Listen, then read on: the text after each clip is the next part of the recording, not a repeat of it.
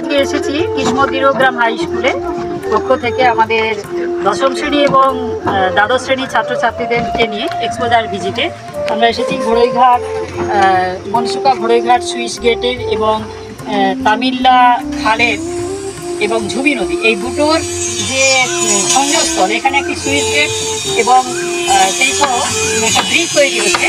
এই ব্রিজের মাধ্যমে আমরা বুঝতে পারছি যে মানুষের সাধারণ মানুষের অনেক সুবিধে হবে, যাতায়াতের সুবিধে হবে, মাল পরিবহনের সুবিধে হবে বা বাসের আগে বাসের সাঁকো ছিল, সেই বাসের সাঁকোতে আমরা যাতায়াত করতাম, সবাই এখানে এলাকার পাশাপাশি এলাকার মানুষ মাল পরিবহন করতে অসুবিধা হতো, যাতায়াত করতে অসুবিধা হতো বা সেই বাসের সাঁকোতে যেতে যেতে অনেক সময় অ্যাক্সিডেন্টও হয়েছে, কত মানুষের অ্যাক্সিডেন্ট হয়েছে, কত ছাত্রছাত্রী জলে পড়ে গেছে, তাদের জীবনহানিও ঘটেছে। সেই ক্ষেত্রে সেই দিক থেকে আমরা অনেক উপকৃত হব। আর আমাদের কিন্তু এই ভয়টা থাকবে না। শুধু তাই নয়, আমাদের আরও সুবিধা হবে যে এই পাশাপাশি যে এলাকা এই পার্বতীচক, মনসুকা, ইরপালা, দীর্ঘগ্রাম এই বিভিন্ন জায়গায় যে মানুষরা বন্যা সময় যাতায়াতের ভীষণ অসুবিধে হয় বা কোনো অসুস্থ রোগী যখন অসুস্থ হয়ে যায় তাদেরকে নিয়ে যেতে অসুবিধা হয়, হসপিটালে নিয়ে যেতে অসুবিধা হয়, নিজেদের জীবন নির্বাহ করতে যথেষ্ট অসুবিধা হয়। কিন্তু সেক্ষেত্রে আমাদের কিন্তু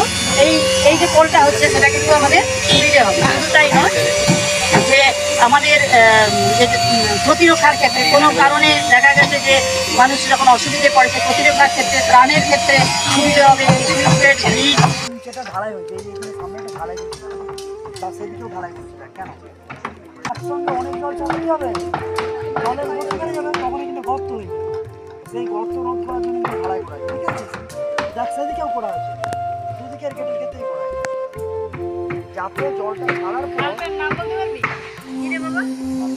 তামিল্লা খাল, এটা কিন্তু সেই মুড়ে ইরপালা, এটা কিন্তু একটা কাটাই খাল, জানিস তো?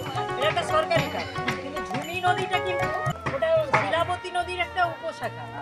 শিলাবতী নদী যখন বন্যা হবে তখন কি হবে, এইগুলো থাকার কারণে এই গেটগুলোর মাধ্যমে কি করে দেওয়া হবে, এই জলটাকে ঝুমি নদীর মাধ্যমে, শিলাবতীর মাধ্যমে, একবারে রূপনারায়ণের মাধ্যমে একদম গঙ্গায় পাঠিয়ে দেওয়া হবে। বোঝা গেছে? তাহলে কি হবে, এই যে বন্যাটা হবে না, তখন জলটাকে পাস করিয়ে দেওয়া হবে। এই যে বিভিন্ন জায়গায় ভেঙে জল টল চলে গেছিল সেটা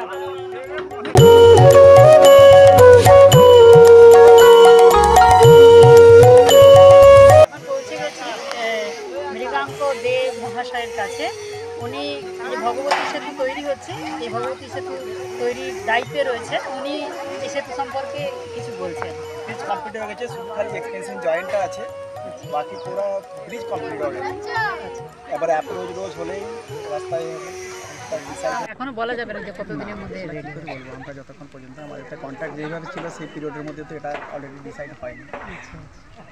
অনেক ধন্যবাদ ওনাকে। শিলাবতী নদীর একটা উপশাখা ঝুমি নদীর এই ঘোড়ইঘাট মনসুকার যে ভগবতী এখনো তৈরি হচ্ছে। তো এই সেতুটা তৈরি যে হচ্ছে এর মানে উদ্দেশ্যটা কি বলতে পারবে তোমরা? কি উদ্দেশ্য?